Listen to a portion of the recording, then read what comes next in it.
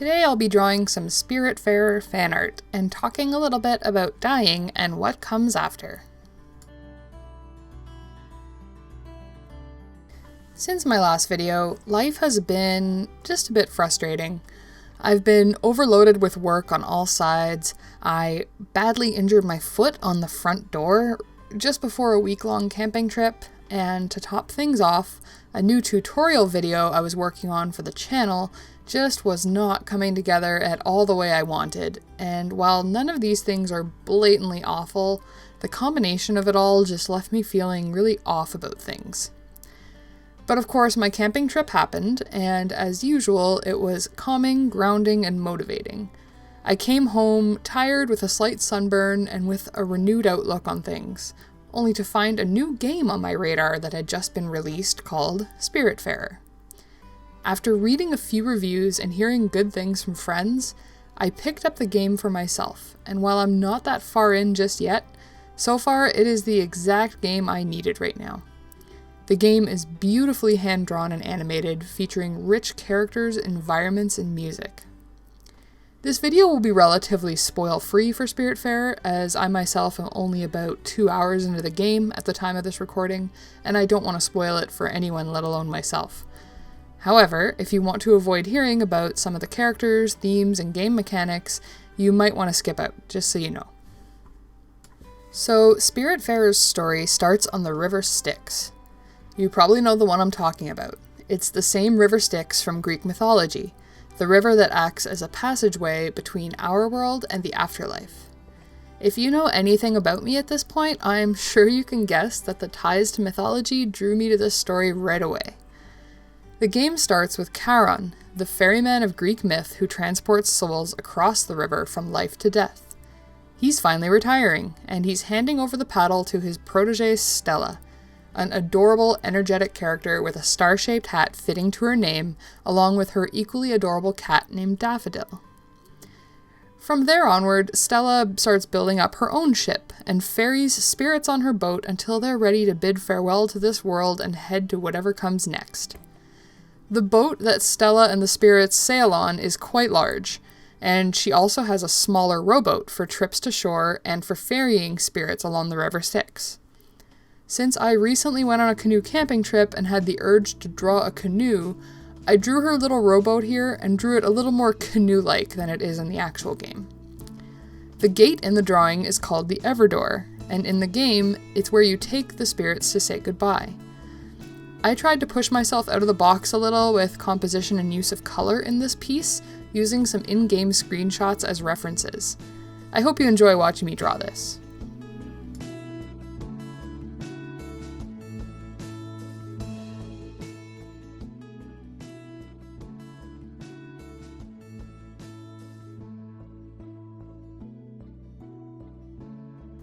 Spiritfarer markets itself as a cozy management game about dying, and as strange as that title probably sounds, I can attest that it seems to be very accurate.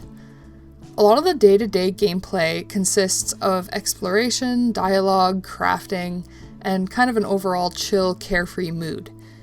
But the game has some incredibly poignant moments that continually remind you that you're helping deceased people travel to whatever comes after life.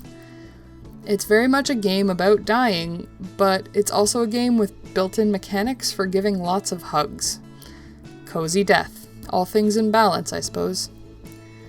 On that note, what makes Spiritfarer such a unique and beautiful game to me is that it really does seem to tie the themes of cozy and dying together in intricate and surprising ways.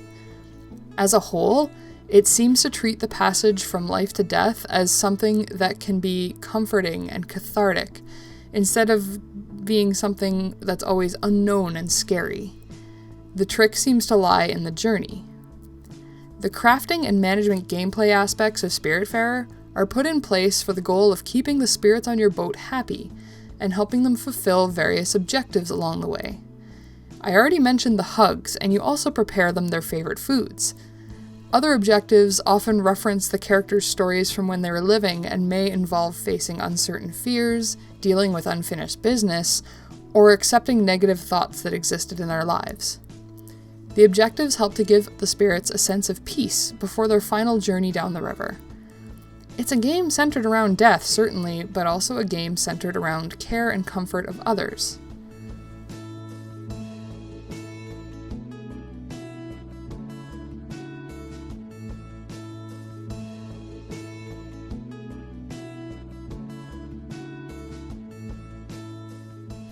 The concept of death, dying, and what might come after has always intrigued me, much as it has intrigued many people.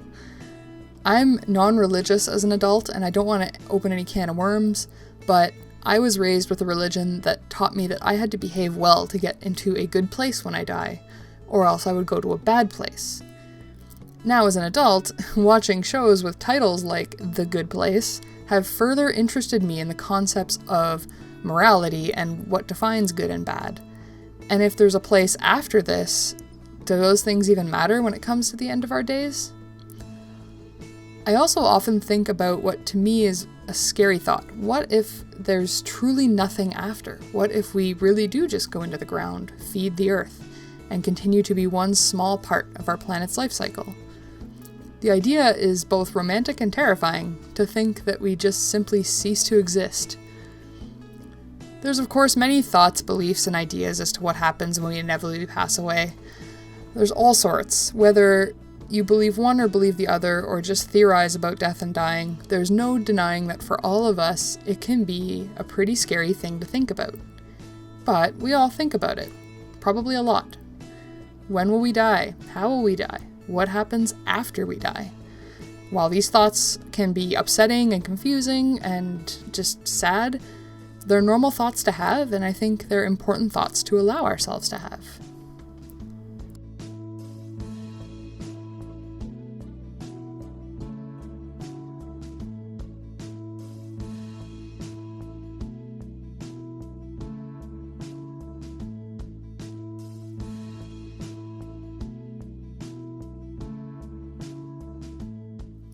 While playing the game, I've been thinking a bit about the death acceptance and positivity movements, and specifically Caitlin Doughty, an author, YouTuber, and trained mortician who's become pretty well known for her advocacy of death acceptance and of the reform of traditional Western funeral industry practices.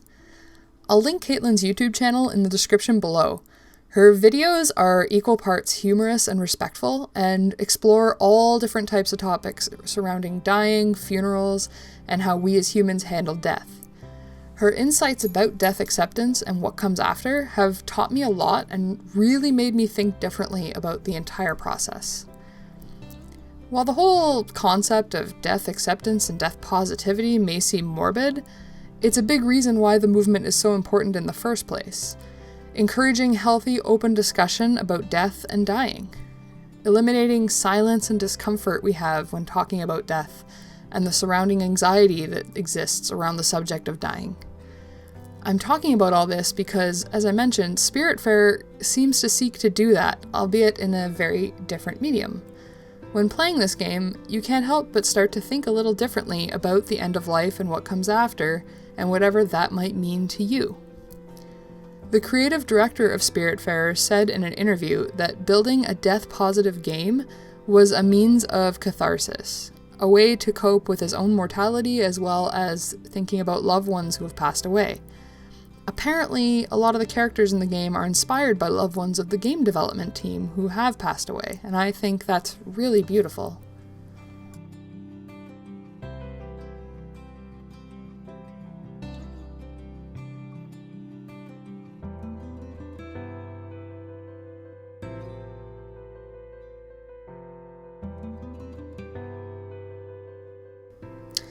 So while I'm all for positive discussion about death and dying, I think I have more than filled my quota for chatting about death in one video.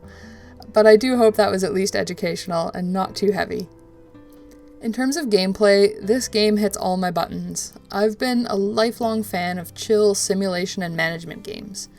The day I discovered Harvest Moon for Super Nintendo on the shelf of my local Blockbuster was a day that my life changed forever.